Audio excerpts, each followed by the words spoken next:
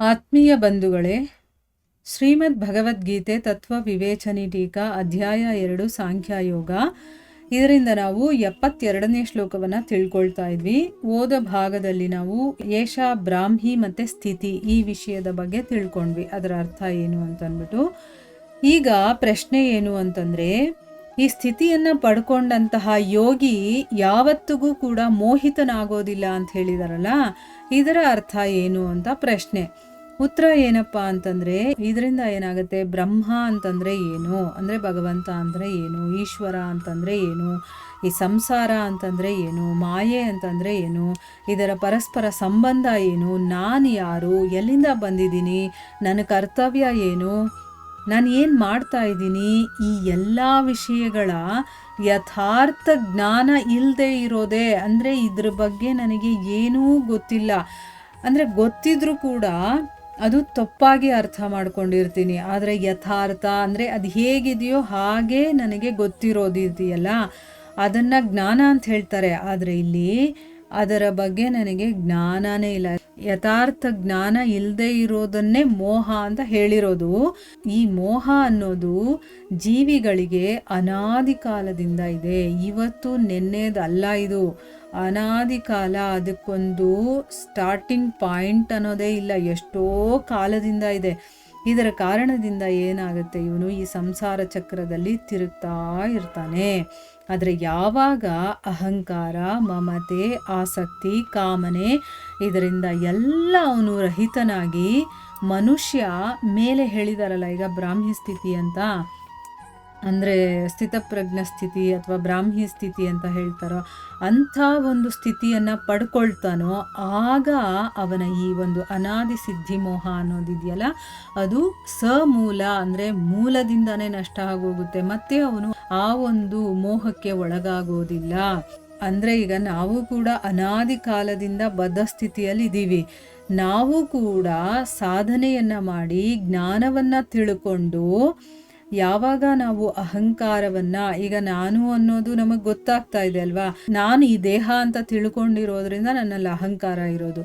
ನಾನು ಈ ದೇಹ ಅಲ್ಲ, ನನ್ನ ಆತ್ಮ ಅನ್ನೋದು ನನಗೆ ಪರ್ಫೆಕ್ಟ್ ಆಗಬೇಕು ಗೊತ್ತಿದೆ, ಆದರೆ ಇನ್ನೂ ನಮ್ಮ ಅನುಭವಕ್ಕೆ ಬಂದಿಲ್ಲ ಅದು ಅಲ್ವಾ. ನನ್ನ ಒಂದು ಮೈಂಡಿಗೆ ಬರಬೇಕು. ಈಗ ನಾನು ಅಂದಿದ ತಕ್ಷಣ ನಮಗೆ ದೇಹ ನೆನಪಾಗುತ್ತೆ, ಆದರೆ ನಾನು ಆತ್ಮ ಅನ್ನೋದು ಬರಬೇಕು. ಅದು ಬಂದಾಗ ಅಹಂಕಾರ ಅನ್ನೋದು ತಂತಾನಾಗೆ ಹೋಗುತ್ತೆ.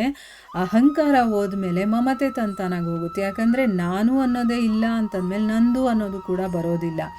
ಆಮೇಲೆ ಆಸಕ್ತಿ, ಕಾಮನೆ ಇದೆಲ್ಲವೂ ಕೂಡ ಹೊರಟೋಗುತ್ತೆ. ಅದೆಲ್ಲ ಹೋದ್ರೇನೆ ಆ ಬ್ರಾಹ್ಮಿ ಸ್ಥಿತಿ ಅನ್ನೋದನ್ನು ನಾವು ಪಡ್ಕೊಳ್ಳೋದಕ್ಕಾಗೋದು. ಆಗ ಮಾತ್ರ ನಾವು ಈ ಒಂದು ಅನಾದಿ ಕಾಲದಿಂದ ನಮಗಿರುವಂಥ ಈ ಮೋಹ ಅನ್ನೋದು ಮೂಲದಿಂದನೇ ನಷ್ಟವಾಗೋಗುತ್ತೆ. ಅದಕ್ಕೋಸ್ಕರನೇ ಮತ್ತೆ ಆ ಮೋಹದ ಉತ್ಪತ್ತಿ ಆಗೋದಿಲ್ಲ, ಅದು ಇನ್ಯಾವತ್ತೂ ಬರೋದಿಲ್ಲ ಅಂತ ಹೇಳೋದಕ್ಕೋಸ್ಕರ ಈ ರೀತಿ ಇಲ್ಲಿ ಹೇಳಿದ್ದಾರೆ. ಆ ಸ್ಥಿತಿಯನ್ನು ಪಡ್ಕೊಂಡ್ಮೇಲೆ ಯೋಗಿ ಯಾವತ್ತೂ ಮೋಹಿತನಾಗೋದಿಲ್ಲ ಅನ್ನೋದನ್ನ ಹೇಳಿದ್ದಾರೆ ಅನ್ನೋದು ಇದರ ಅರ್ಥ. ನೀಟಾಗಿ ಅರ್ಥ ಆಗಿದೆ ಅಲ್ವಾ.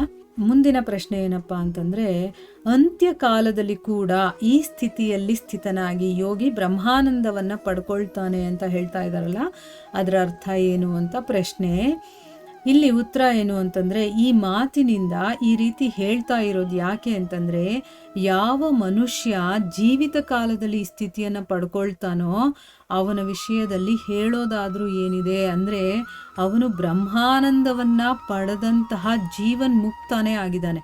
ಅಂದರೆ ಇಲ್ಲೇ ಅವನು ಅದನ್ನು ಪಡ್ಕೊಂಡ್ಬಿಟ್ಟ ಅಂತಂದರೆ ಅವನಿಗಿಲ್ಲೇ ಆ ಭಗವಂತ ಆ ಒಂದು ಜೀವನ್ ಮುಕ್ತತೆನೇ ಸಿಕ್ಬಿಡುತ್ತೆ ಅಂತಂದಮೇಲೆ, ಅಂದರೆ ಯಾರು ಸಾಧನೆ ಮಾಡ್ತಾ ಮಾಡ್ತಾ ಅಕಸ್ಮಾತ್ ಅವನು ಸಾಯುವಂಥ ಕಾಲದಲ್ಲಾದರೂ, ಅಂದರೆ ಜೀವಂತವಾಗಿದ್ದಾಗ ಆದರೆ ಒಳ್ಳೆಯದು, ಅಥವಾ ಅವನು ಸಾಯೋ ಸಮಯದಲ್ಲಾದರೂ ಕೂಡ ಈ ಬ್ರಾಹ್ಮಿ ಸ್ಥಿತಿಯಲ್ಲಿ ಸ್ಥಿತನಾಗಿ ಹೋಗ್ತಾನೋ ಅಂದರೆ ಅರ್ಥ ಏನು, ಈ ಅಹಂಕಾರ, ಮಮತೆ, ಆಸಕ್ತಿ, ಸ್ಪೃಹೆ ಮತ್ತು ಕಾಮನೆ ಇದರಿಂದ ರಹಿತನಾಗಿ ಅಚಲ ಭಾವದಿಂದ ಅವನು ಆ ಭಗವಂತನ ಸ್ವರೂಪದಲ್ಲಿ ಸ್ಥಿತನಾಗಿಬಿಡ್ತಾನೋ ಅವನು ಕೂಡ ಬ್ರಹ್ಮಾನಂದವನ್ನು ಹೊಂದುತ್ತಾನೆ.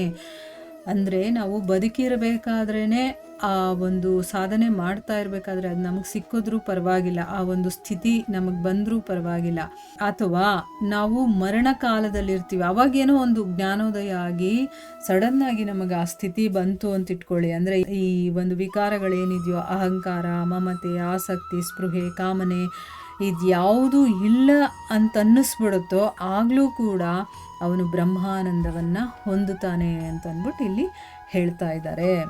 ನೋಡಿ ಎಷ್ಟು ಡೀಟೇಲ್ ಆಗಿ ಇವರು ವಿಷಯಗಳನ್ನು ಹೇಳಿದ್ದಾರೆ ಅಂತಂದ್ಬಿಟ್ಟು. ಇವಾಗ ನಮ್ಗೆ ಅನಿಸುತ್ತೆ ನಾವು ಸಾಧನೆ ಮಾಡ್ತಾ ಇರ್ತೀವಿ, ಸಾಧನೆ ಮಾಡಬೇಕಾದ್ರೆ ನಮಗೆ ಬರೋದಿಲ್ಲ, ಆದರೆ ಮರಣಕಾಲದಲ್ಲಿ ಬರುತ್ತೆ, ಆ ಸಮಯದಲ್ಲಿ ನಮಗೆ ಸಿಗುತ್ತಾ ಅಂತಂದ್ಬಿಟ್ಟು. ನಿಜವಾಗ್ಲೂ ಯಾವ ಸಮಯ ಆದರೂ ಆಗಿರಲಿ ನಮ್ಮಲ್ಲಿ ಆ ವಿಕಾರಗಳು ಇರಬಾರ್ದು. ಆ ವಿಕಾರ ಹೋಯಿತು ಅಂತಂದರೆ ಅದು ಪರಮಶಾಂತಿನೇ ಅಥವಾ ಬ್ರಾಹ್ಮಿ ಸ್ಥಿತಿ ಅಂತಲೇ ನಾವು ಅರ್ಥ ಮಾಡ್ಕೋಬೇಕು, ಆಯಿತಾ. ಈಗ ವಿಕಾರಗಳಿರೋದ್ರಿಂದ ತಾನೇ ನಾವು ಐಹಿಕಕ್ಕೆ ಅಟ್ಯಾಚ್ ಆಗಿರೋದು.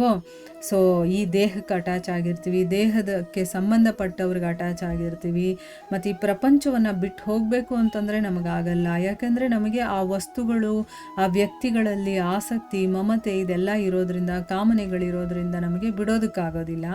ಯಾವಾಗ ಇವೆಲ್ಲ ಹೊರಟೋಗ್ಬಿಡುತ್ತೋ ಅದು ಸಾವಿನ ಸಮಯದಲ್ಲಾದರೂ ಪರವಾಗಿಲ್ಲ, ನನಗೆ ಬಂತು ಅಂತಂದರೆ ನನಗೆ ಆ ಒಂದು ಬ್ರಹ್ಮಾನಂದ ಅನ್ನೋದು ಪ್ರಾಪ್ತಿಯಾಗುತ್ತೆ ಅನ್ನೋದನ್ನು ಇಲ್ಲಿ ಹೇಳ್ತಾ ಇದ್ದಾರೆ.